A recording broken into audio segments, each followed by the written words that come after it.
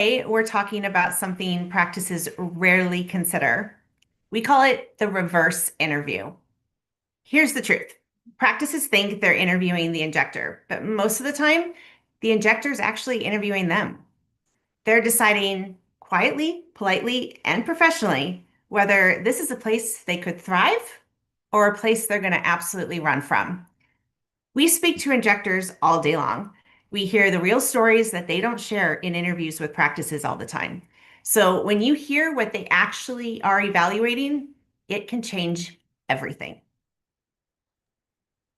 And the difference between gaining or losing a top injector can often come down to one conversation, one detail, and one red flag, sometimes a few. Those things make them wonder if there's a bigger issue beneath the surface. Just as Kristin said, injectors are interviewing you just as much as you're interviewing them. They're gathering information and starting to form an opinion before they even set foot in your door, and from every single touch point along the way until they accept or decline your offer. Keep in mind, turnover for injectors has surged in the last 24 months. Demand for great injectors is higher than supply almost everywhere. Most get approached for jobs weekly and sometimes daily if they're really amazing. And the majority leave because of culture, not compensation. Remember that they're not choosing between your job and unemployment, they're choosing between you and your competition. It's so true, Angela. So, what exactly are they looking for when they interview your practice? Well, from what we're hearing, they are wanting leadership and structure that isn't chaotic. They want training that's real and intentional, support that's consistent, clear communication that isn't passive or reactive, a culture that doesn't feel like clicks or mean girl energy, and a definite plan for growth.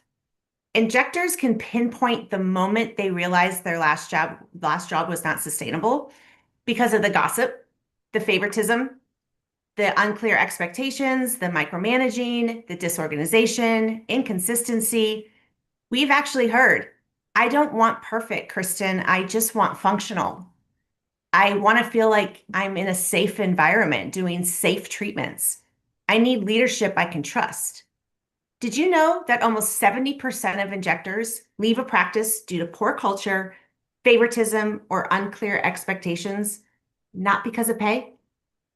And they notice everything from leadership behavior to hallway energy, the vibe when they come into the practice, the demeanor of the staff, because this is where their license and their livelihood are going to live. So are you ready for them to interview you? Have you thought about that?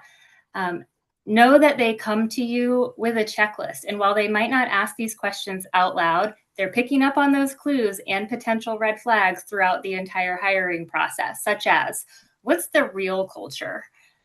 What's leadership like? How do you treat your team and how does your team treat each other? They're witnessing all of those little interactions and again, formulating their opinions. What's your onboarding plan? Can you articulate that in a clear way that makes sense and feels very structured? Is the practice and training structured or disorganized? Will they be supported? Are there opportunities for growth and continuing education? Is their clinical expertise going to be trusted and valued? What's the communication like within the practice? How frequent? What type? Is it two-way communication? Is it a dictatorship? Are they going to be have to put sales and profit over their clinical expertise and guidance? And what does that mean for them in their role? And what is the plan for growth for the practice, but also for them specifically? Being ready to address these topics and being proactive about addressing them in your conversation will show that you're thoughtful, organized, and that you have a vision for the practice and care about their success, not just their clinical skills. It's so true. And this isn't about selling the dream, right, Angela? Like, we're not trying to sell something that's not there. It's about showing alignment. Otherwise, you just handed your top injector candidate to your competitor across the street who made them feel seen, valued, and completely respected. So they're definitely judging based on previous interviews and interviews to come. So you are auditioning just as much as they are. Mhm.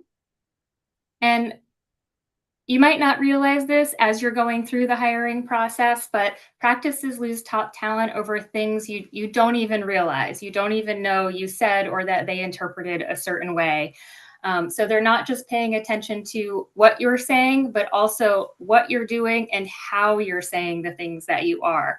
Some of the biggest red flags: showing up late to the interview, appearing disorganized or unprepared for them to be there, rescheduling their interview repeatedly. It shows that maybe they're not a top priority, or again, that disorganization, that you can't pin down a time and stick to it. We all understand that things happen, life happens, and sometimes, yes, you do need to move a meeting, but that repeated rescheduling of interviews and meetings does tend to signal a bigger problem within the organization and your planning. Not responding to their messages in a timely manner. Again, it goes back to them interpreting that as maybe they're not a priority. Maybe you're not eager to speak with them, and excited to kind of engage with them for this opportunity. Another big red flag that we see often is oversharing of personal drama or stress. In an interview, or really ever, injectors don't want to hear about your family issues or your something crazy that happened to you over the weekend. It makes them actually question the culture and the stability of the practice.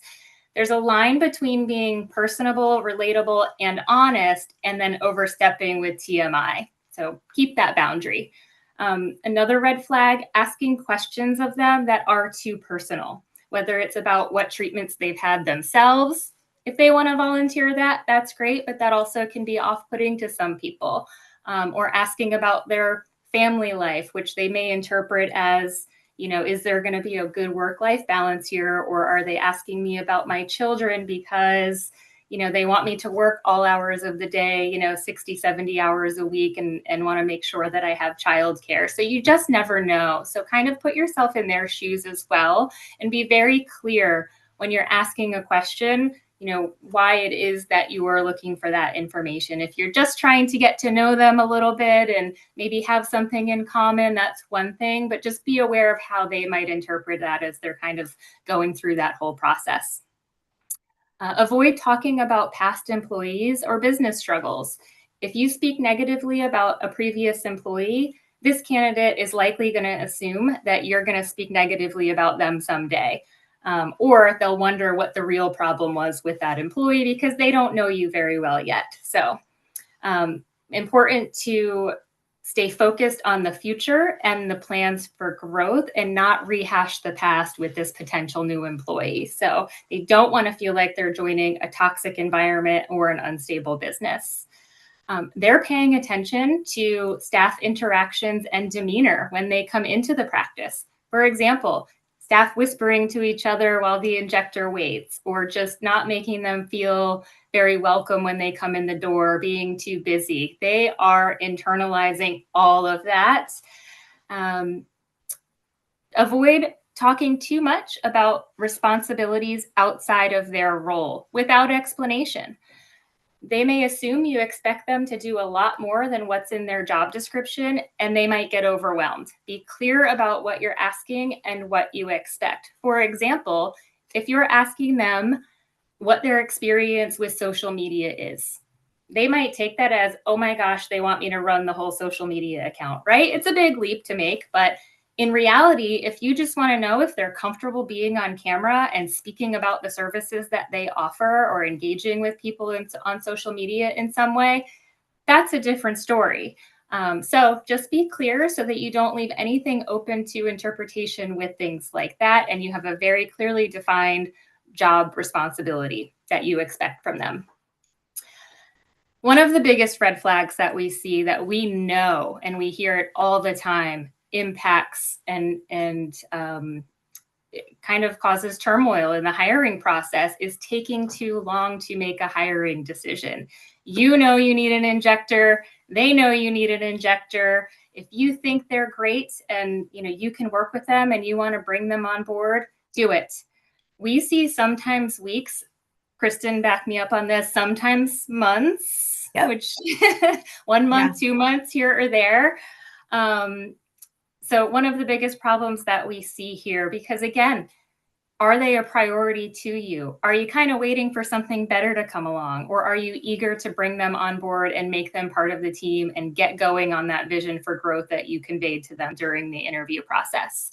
So, all of these things, as I mentioned earlier, from the moment they apply to the moment they accept or even start on day one, part of your interview process. Rescheduling an interview several times, part of the interview.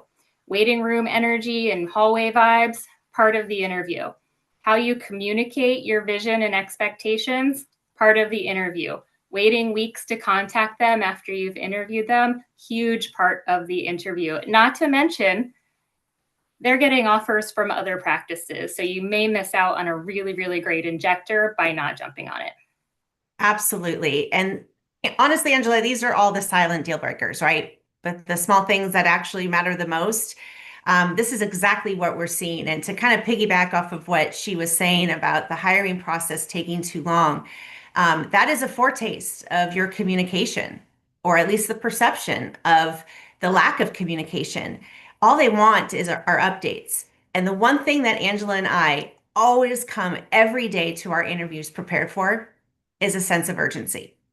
She and I are working diligently to get these roles filled as fast as possible. And our candidates, who we absolutely love working with, are expecting us to do that. That's what sets us apart, is we're advocating for them. So when we don't have the updates for them, for various reasons, some of which are completely understandable, right, Angela? We understand things happen. It's just they want to know where they are in the process. Too many times, Angela and I have lost great candidates to other people because we just didn't communicate and we didn't give them an update, and now they're gone. And it doesn't And even have to be an offer officially. It can yep, be a few days, a week after that interview or conversation. Hey, just wanted to let you know we're still in the decision making process. We'll be in touch soon. That lets them know you're still engaged, they're still in the running, and it may just be the thing that kind of keeps them from accepting another position in the meantime because they don't know what's going on with you. absolutely. And they're going to wait for that offer if it's worth waiting for. If they connected with you and really love the vision that you have for them and their role, as well as the entire organization, then they're going to hold off. And they're going to probably be coming at me and Angela saying, hey, where are we at in this? And I love when they do that. But 1 in 3 injectors, you guys, will walk away from an offer if they notice any gossip, tension, drama, or disorganization during their visit or their interview. um, they're going to say, I'm out, because they're assessing you and whether this is going to be a healthy professional environment. And you get one shot, sometimes two. uh, you just make sure, keep the personal drama at bay. And talking about it signals chaos, honestly, and total misalignment, even if it's completely unintentional. And if there's a sense of instability, they're going to quietly move on to that competitor that I was talking about before, who projected stability and professionalism. So there's a lot of wake up calls and stories here that we've personally had as well. I know I've had injectors tell us, I knew within 60 seconds, Kristin, this place was just, nope, not for me. I knew by the front desk energy what working there would be like. I knew when they were late again for their interview, again, that the role wasn't important to fill and my time is not valuable to them. That's a direct quote, just so everybody knows. I knew when they talked about their personal stress or office drama that the culture was not important to them as well. This is crazy, you guys. These are what candidates are saying. So controllable. And a couple more statistics that might blow you away. I know Angela and I are always stunned by this. 72% of injectors say that their first impression is made by the front desk, not even the leadership, sometimes not even the person who's doing the interview. And over 40% of projector injectors decide whether to accept a job based on the first 2 minutes in the practice. So before any informal or formal interview begins, it's completely like, I've made my decision. And more than 80% of those injectors say they noticed favoritism or gossip within the first week of working there. So it affects retention when you don't kind of do what you say and say what you mean. It's all got to go together. And you might think you nailed the interview. You asked all the right questions. You gave them the plan and you've checked all the boxes. But did you push them closer to your competitor who kept it more professional and they made them feel a little bit more respected than becoming their friend? Yeah, great point. The good news is that every single one of these things is preventable and controllable, as Kristin mentioned, by keeping it professional, structured, focused on the team and the role and your vision for the practice. Rather than personal venting or getting too personal, you immediately increase your chances of attracting and retaining top talent. So true. So a lot of opportunity and takeaways here because with Angela and I at Diamond Accelerator, our job is to tell you what no one else will. Injectors are not hoping to be chosen. I will say that again. Injectors are not just hoping to be chosen.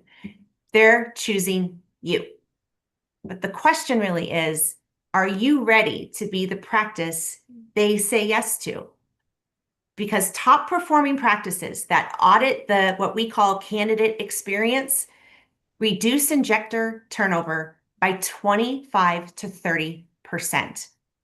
If you focus on that culture, the structure, and consistent communication, and showing that leadership, they can trust it, support they can actually rely on, and an environment where they can thrive and keep growing, that's how you win the top talent. And I know for sure it's definitely how you keep it as well. So we're going to open it up now to some questions because I know they're out there. So we're excited to see what kind of questions are going to come in. So Angela, help me out here if you see something coming in. Hello to all the viewers, just so you know. I appreciate you being here. We're so excited.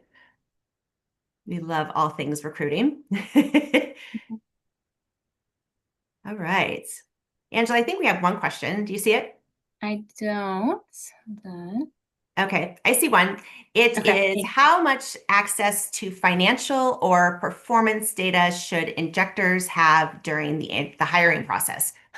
Great question. During the hiring process. Okay. During the hiring process, how much access to financial or performance data should injectors have during the hiring process? You want me to take that one or you've got it? I think I got it. I think I got it. And then you can have at it too. I would say personally, enough to build trust and alignment from day one. Injectors don't need full financials during the hiring process, but they definitely want clarity about what success looks like. And they want to be known, what the monthly injectable revenue is supposed to look like, what utilization expectations are, what's the preferences with scheduling, and what's their average patient volume, like for real. Transparency signals maturity and confidence. So it's one of the strongest retention tools you can definitely have is by being transparent about as much as possible and appropriate during that first interview. Mm-hmm. And I would add to that, showing that you keep your finger on the pulse of those things and you do have expectations and you even know what those KPIs are that you're looking for and that you're expecting and planning for them shows organization, right? It shows a level of business acumen that they will respect. And I think that they want to see that as well, that it's not just sort of this fly by the seat of my pants. I don't really know what our utilization rate is. I don't know what our average revenue per hour is, things like that. So if you can speak to that on some level with them, and it really goes a long way, I think, for them kind of trusting your business sense as well. Absolutely. We have another great question that I'm going to have you take the answer to, and then I'll piggyback. But what can a clinic do to increase injector retention within the first 90 days? Shout out to whoever asked that question. Okay.